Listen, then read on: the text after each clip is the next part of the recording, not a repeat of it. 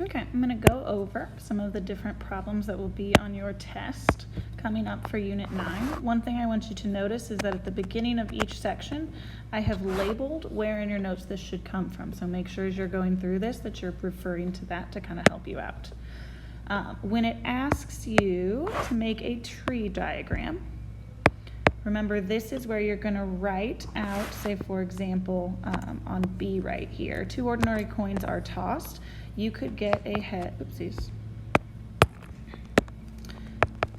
or a tails on the first roll, and then you're going to mark what would happen on the second roll. I could get also a heads or a tails. So for each thing that happened, each choice that was made, you're going to have an extra branch. So that is what all of these through E should look like. When you get down to 5 and 6, it is starting to talk about our counting rule, where you're making decisions about a different number of decisions, and then we have to figure out how many options you would make. Looking at A, I have 6 universities total, and I'm going to pick one for 2008 and 2009. So I'm going to be multiplying a number for 2008 by the number for 2009. In 2008, I had 6 options, because I had all 6 universities I could look at, and it tells you they're not going to be held at the same place. That means in 2009 I had 5 options, which gives me a total of 30 ways I could do this. These next few are also going to be that. So through really number 9, you should be using your counting rule. That's the rest of what was on day 1.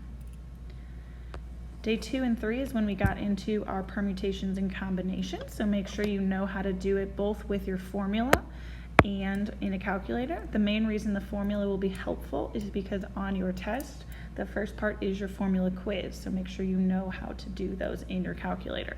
If you need help on that, let me know. The big important thing here is knowing when to use each. When you are doing a combination, it means that your order does not matter. When you're doing a permutation, your order does matter. So for example, on number 15, how many ways 5 people can line up on a bus? We're talking specifically about the order that they are in. So number 15 is going to be a permutation. When you look at 16, again, it's figuring out he has 10 original paintings, and he wants to give each one wants to give 1 to each heir. And so again, it's going to change the order. So this is also a permutation.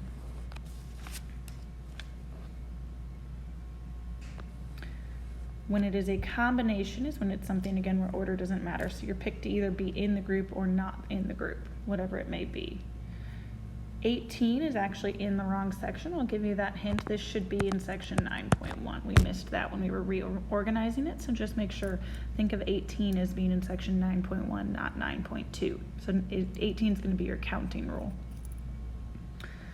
On 19, we're going to get our combinations with a few more details. So for example, I have 7 nominees here, and I'm going to fill 4 vacancies. So the total number of ways I can do that, the order doesn't matter. So it is 7C4. Okay, you'll type that in your calculator. With this second one, we're getting a little more specific, so you're going to be adding all the ways you can have at least 2 women. And there you have to include 2 women, and 3 women, and 4 women. When you do that, remember you're going to do both the men and the women. So for example, if I hired 2 women, that means of 4 women, I hired 2, and that of 3 men, I hired 2. So that's all the ways I could hire 2 men and 2 women. If I want to hire 3 women, so it would be 4C3 and times 3C1, because 1 man. And then I'd also have to do 4C4 times the 3C0, which 3C0 will just be 1, so you can have that on there or not, it doesn't matter. The difference between B and C and D is that you're dividing on these, so make sure you're doing your actual desired out of your total. So for example, on this one, we're hiring 2 men and 2 women, so you're really going to use this first part only as your numerator, and then your denominator is this 7C4, and you will divide that. Okay. The rest of the days I kind of put together because it is something you're going to have to make sure you can keep straight on the test because they're all kind of put together. But all of these ones should come from day 4 and 5 and 6. Mutually exclusive, remember, means that 2 events cannot happen at the same time. So you're going to think about whether or not these 2 events can happen together or not, and that will help here. When you're doing your addition rule, that means you have the word or in your problem. So all of these first ones here are going to be your or problems. Okay, your multiplication rule is when you're doing an and of some sort. So like 23 here is an and issue, and I'm going to talk a little bit about 23 because it's a little tricky. For the probability that they both drive to school, both this sophomore and the junior, you would directly do your multiplication, 0.31 times 0.76, and you'll get your answer from that. Both do not means you're going to do your complements of those original probabilities. So you will do the complement of 0.31 and the complement of 0.76, and you will multiply those together. This last one is the tricky one in terms of the wording. Do not both drive to school is actually the complement of A. So first, just to make sure you see it, B is that they both don't drive to school, which is why we're doing the complements of our original numbers, because it's the probability they do drive to school. C is just that they don't both drive to school, so one of them might drive to school or the other might. And so you're just going to do the complement of A. So I'm going to do 1 minus whatever number I get right there, which just to help you out is 2, 3, 5, 6. You will actually subtract that to get that number.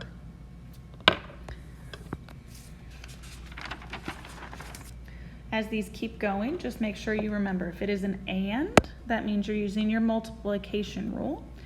If it is an or, you are using your addition rule. So most of these here will be your multiplication rule as you go through. Oopsies. Dependent and independent. Independent are when the 2 probabilities do not change because one happened.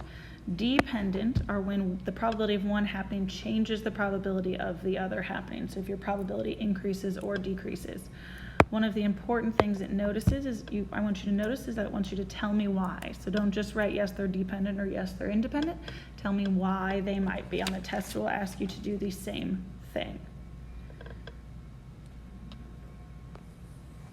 Okay, here's more of these. Again, figuring out if it is an and or an or is what's really going to be important. The next thing that was new, the last section, is dealing with your conditional probability. And your conditional probability is when you know something. So it is known that they do not take chemistry, or it is given that he or she is not on the dean's list. And that's where you're going to use that last rule where you do the probability of them both, dividing by the probability of the thing that you do know. So here, for example, I would do the probability, oopsies, probability that they are in calc and on the dean's list, divided by the probability that they are on the dean's list. Okay, and you're given both of those in numbers, and you'll just divide that to get your answer. That was one of the 2 ways we talked about doing it, and remember, when I give you the probability, that's going to be the easiest way. The other way we talked about was if you are given a chart. So like on this last page. First off, you're going to have to go through and fill in this chart completely. You can do that with the information provided. And what we talked about on like C and D was to do your new total for your desired over your new actual total. What I mean by that, for example, on D, I know they are a sophomore, so my total will be my total for sophomores, the 198. I now want to know of these sophomores, so only looking at this row, how many oppose, which is the 135. So I have a new total. It's not the total for oppose, it is the total of the sophomores that oppose. Okay, as usual, your answers are on the back for you, so make sure you're checking those out. Your test, it will be the last test of this year in geometry, so make sure to come prepared. If you need help, come see me in ACLab or before or after school before then.